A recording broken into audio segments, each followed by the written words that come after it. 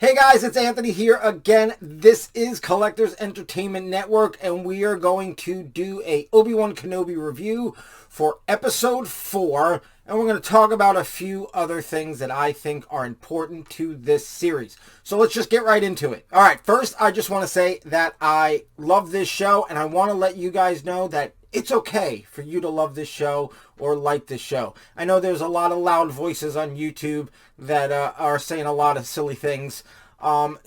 Maybe some criticisms are valid, but a lot of them are ridiculous. But I think a lot of the people, even people that I respect, and I won't even mention them here, but people that I respect as being straightforward, I think are nitpicking this show to pieces. I love this show. There's a few things I want to talk about both in this episode, for this episode, episode 4, and for the show as a whole. All right, so let's just do a little recap on the show. Obviously, it picks up where Obi-Wan has just been burned and Leia has just been captured. So the premise of the show is to get Leia back.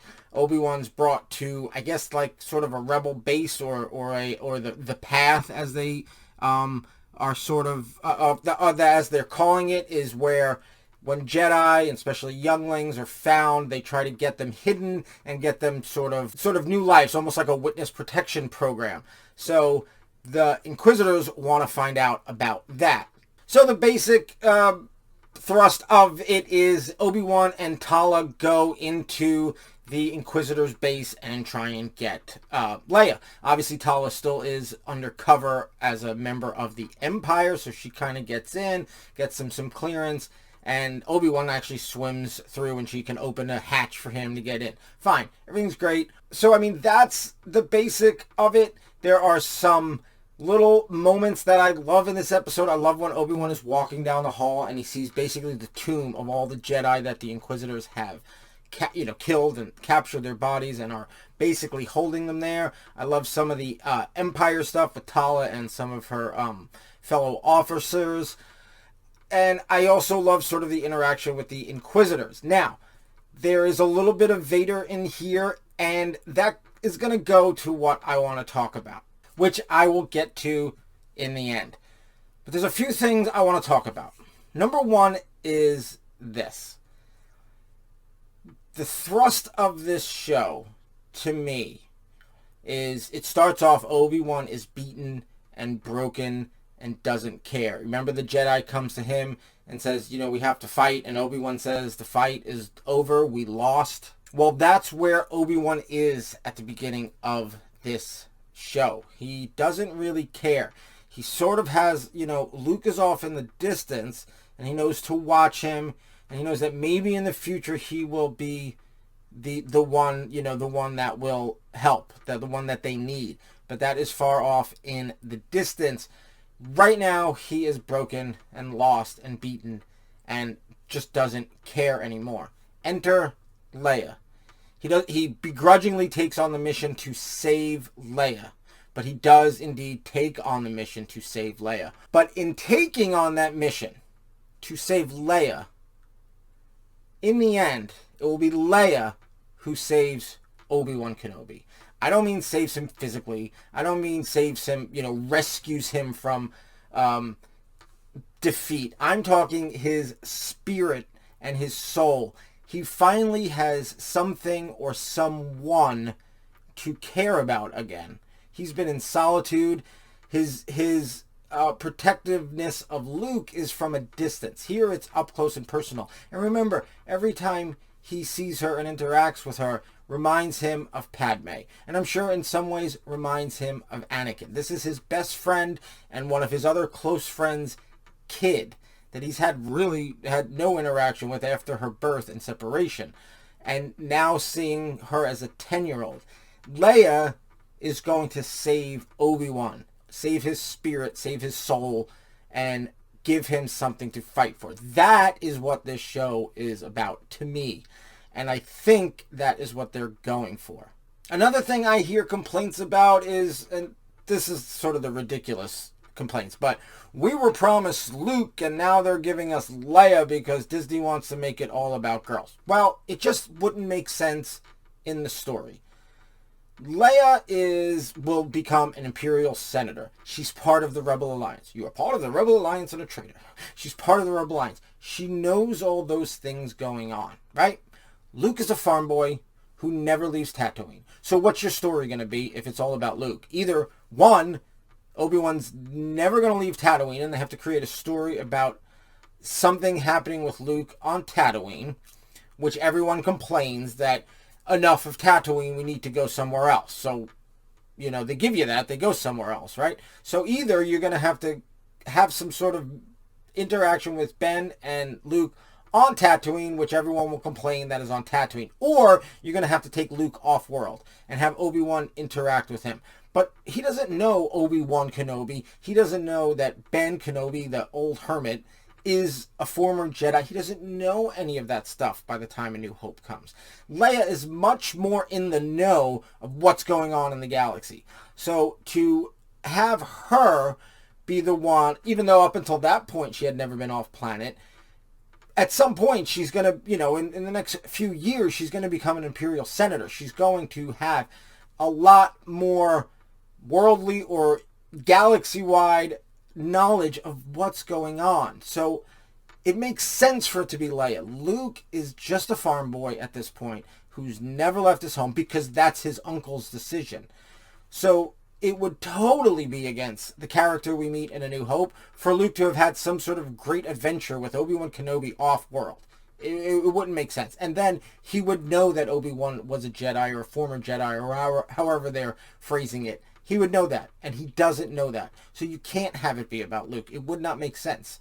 It has to be, if it's going to be about one of the twins and Obi-Wan's interaction, it has to be Leia. It's the only thing that makes sense. And speaking of Leia, that brings me to the point I was going to mention before with Reva. And then Darth Vader comes in, and he's choking her. He's about to kill her, and Reva says, I'm tracking her. I let her escape.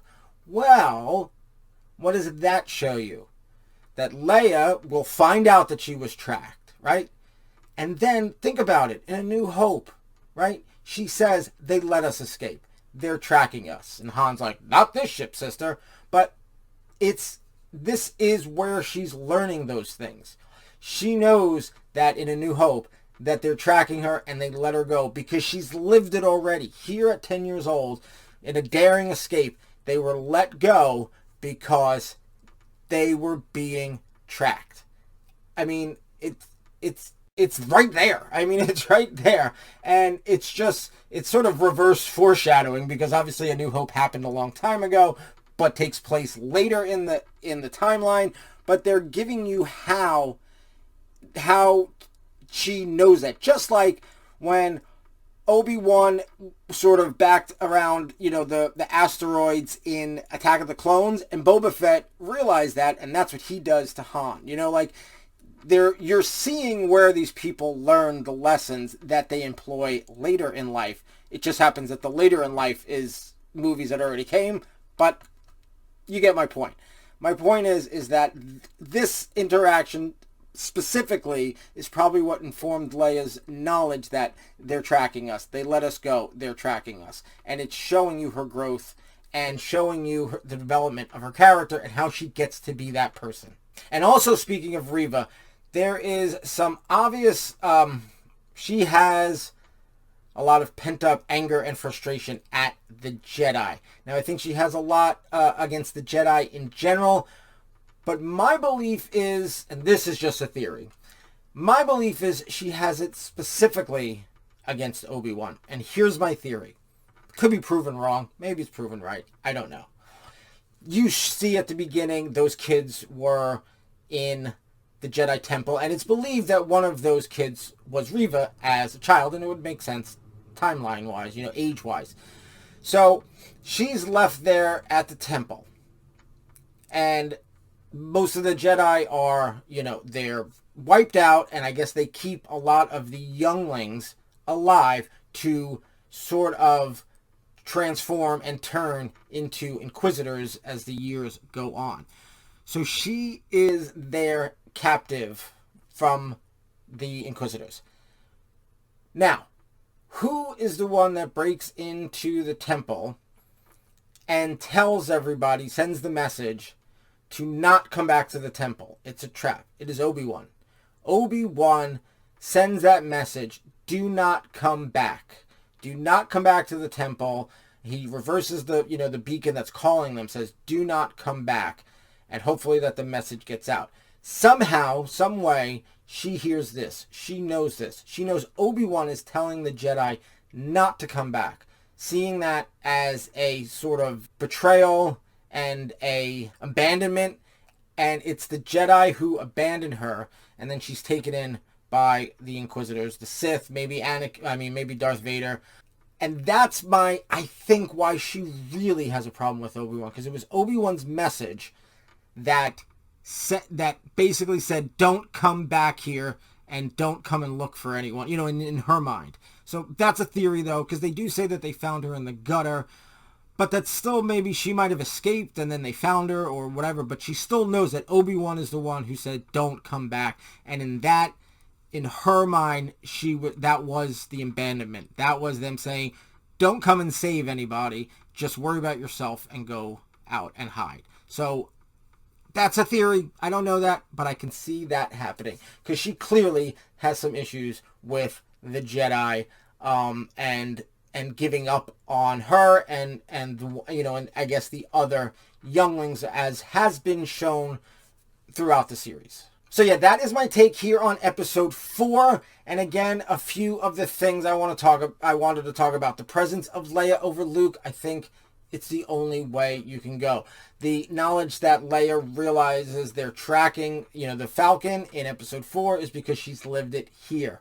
Reva's abandonment issues and focusing that a lot on Obi-Wan Kenobi, feeling he is the one that led the Jedi away from the temple and did not come back to save her and the other younglings.